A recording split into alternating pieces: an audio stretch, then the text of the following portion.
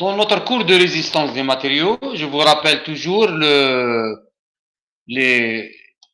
prérequis nécessaires, c'est-à-dire on est obligé de travailler toujours avec des notions de mécanique statique et on travaille aussi avec le calcul intégral comme prérequis à notre cours.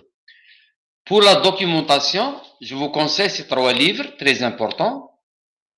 C'est le livre de Beer, un autre livre de M. Beer et le livre de Goodnow et Ger. Donc, c'est des livres très importants dans ce cours de résistance des matériaux. On va aborder la première partie de notre chapitre 2, qui sont les caractéristiques géométriques des sections planes. Cette partie, on va faire un petit rappel de l'intérêt de notre partie d'aujourd'hui. On sait que la résistance d'une surface à la déformation, elle dépend surtout du moment quadratique de cette surface autour d'un axe qui passe par le centre de gravité. D'où la nécessité de déterminer le centre de gravité.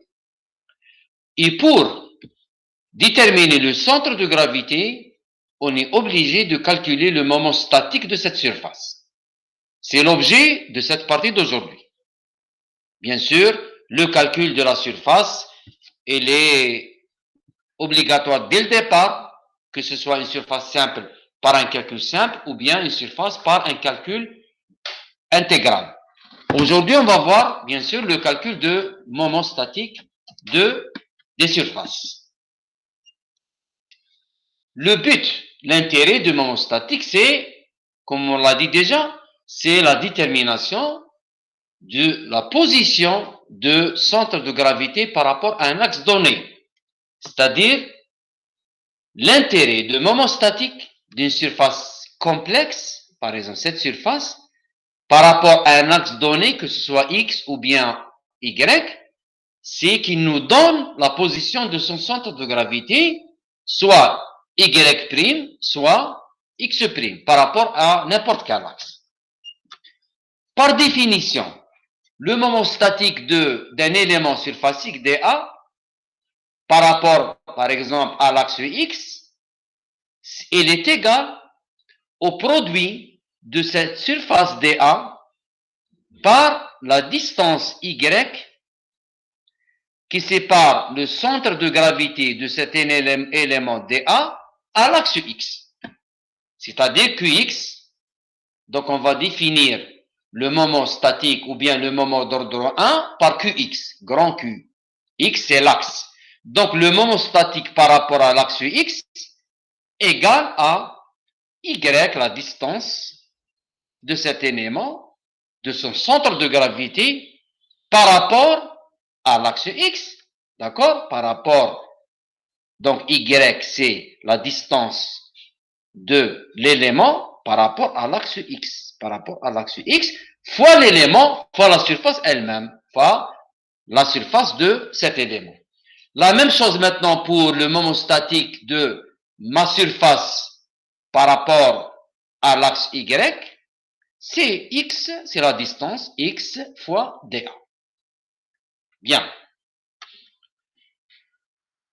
Ceci est pour un élément. Donc, le moment statique de l'ensemble, c'est-à-dire de la surface totale, c'est l'intégrale. C'est la somme des moments des surfaces élémentaires et qui est donnée carrément par l'intégrale de, par exemple, Qx, c'est l'intégrale de Y dA, et Qy, c'est l'intégrale de X dA. Juste une petite remarque, c'est que ces intégrales peuvent être positives, négatives ou nulles. Tout dépend de la position des axes de coordonnées, X et Y. Bien. Première remarque.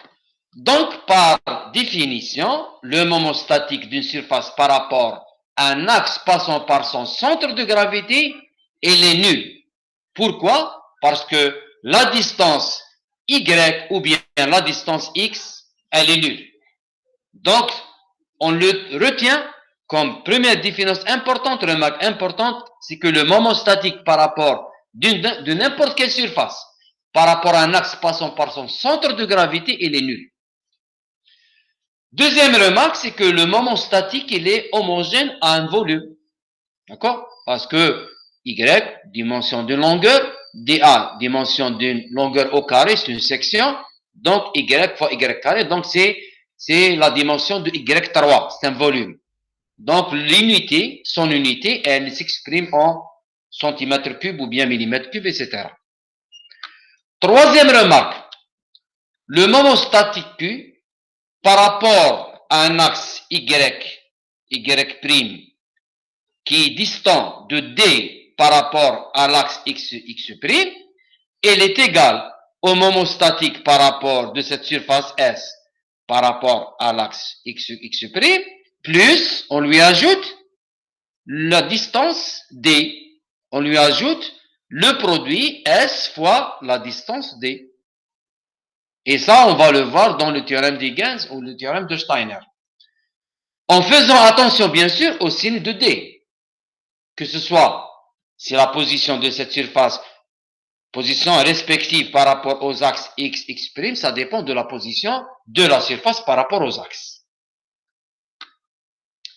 L'application de ces remarques précédentes nous permet de calculer, par exemple, si on vous demande le moment statique de cette surface qui est là assurée, cette surface A qui est égale à B fois H, on veut calculer le moment statique, son moment statique par rapport à cet axe grand X'. Donc, par définition précédente, c'est quoi? C'est son moment par rapport à l'axe petit x, x', plus la surface fois la distance D, c'est-à-dire la surface A fois la distance D de cet élément par rapport à l'axe grand X, x'. Mais nous, on sait que le moment statique Q par rapport à X, petit x, x', il est nul parce qu'il passe par son centre de gravité. Donc, il est nul. Donc, il me reste carrément le moment statique par rapport à l'axe grand X, x' de cette surface rectangulaire. C'est quoi? C'est D, la distance de son centre de gravité, fois la section BH, ou bien BA. La même chose pour cette surface circulaire de rayon R, grand R. Le moment statique par rapport à l'axe grand X, x', égale au moment statique de cette surface circulaire par rapport à cet axe petit x, x', plus la surface de la surface qui est là, fois la distance à l'axe. Et on sait que le moment statique de ce cercle par rapport à cet axe x', x' qui passe par son centre de gravité, il est nul. Donc, il me reste carrément D fois la surface qui est égale à pi r carré. Quatrième remarque, pour les surfaces maintenant complexes, qui est le cas réel, qui peuvent être discrétisées en plusieurs surfaces simples. Les surfaces simples, bien sûr, c'est les rectangles, les triangles et les cercles.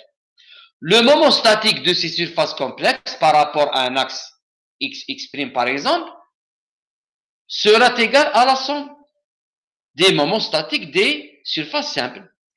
C'est sigma des moments statiques des surfaces simples qui sont égales à sigma d qx par exemple des surfaces i, et il est égal à AI, YI bien sûr par définition. La même chose pour QY, c'est la somme. Donc QY de l'ensemble de la surface complexe, c'est la somme des moments statiques des surfaces élémentaires. Remarque 4, toujours, on est toujours dans ce cas. Donc, quelle est la stratégie que je dois suivre dans le cas d'une surface complexe pour le calcul des moments statiques? Première chose à faire, c'est je vais décomposer ma surface complexe en des surfaces simples, c'est-à-dire triangle, rectangle, cercle. Ensuite, je vais calculer le centre de gravité de chaque composant simple. C'est très simple. Troisième étape, c'est calculer le moment statique de chaque surface simple. Quatrième remarque, je dois tenir compte de la position du centre de gravité de la surface par rapport à l'axe considéré. Est-ce qu'elle est positive ou négative? D'accord? Et Une dernière remarque, c'est que une surface enlevée, par exemple un trou dans la matière, elle est toujours négative. Je considère toujours les surfaces enlevées, par exemple les trous, que ce soit un trou circulaire ou bien une surface enlevée rectangulaire ou triangulaire, je la considère, puisqu'elle est enlevée, je la considère toujours comme une surface négative. Et à la fin, je vais calculer le moment statique total, c'est la somme de tous les moments statiques, par application de l'équation précédente. Et je vous conseille, je vous donne un conseil, c'est que toujours la solution dans ce cas, vous la présentez sous forme de tableau. C'est la solution, c'est la forme la plus simple. Je vais vous donner un exemple d'application. Imagine, j'ai cette surface qui est là, d'accord? Et je veux calculer le moment statique par rapport à Y, QY, c'est-à-dire le moment statique de toute cette surface par rapport à l'axe Y. Je dois tenir compte de la position des axes, c'est clair et net. C'est-à-dire que ce demi-cercle qui est là, d'accord, son centre de gravité, il est à gauche. Donc, il est comptabilisé comme négatif. D'accord? Donc, première étape, c'est quoi? Je vais revenir à la stratégie. Première étape, c'est je vais décomposer cette surface complexe en 3 surfaces élémentaires. La première surface élémentaire, c'est ce demi-cercle qui est là. D'accord? Et cette surface, je vais l'appeler A1. La deuxième surface élémentaire, c'est ce rectangle. Je vais l'appeler, cette surface, je vais l'appeler A2. Et la troisième surface élémentaire, c'est ce petit cercle. Je vais l'appeler A3. Bien. Deuxième étape. Donc, je vais calculer les surfaces. A1, A2 et A3. C'est un calcul simple. Demi-cercle, rectangle et un autre cercle A3. Je vais déterminer maintenant la position de centre de gravité de chaque élément.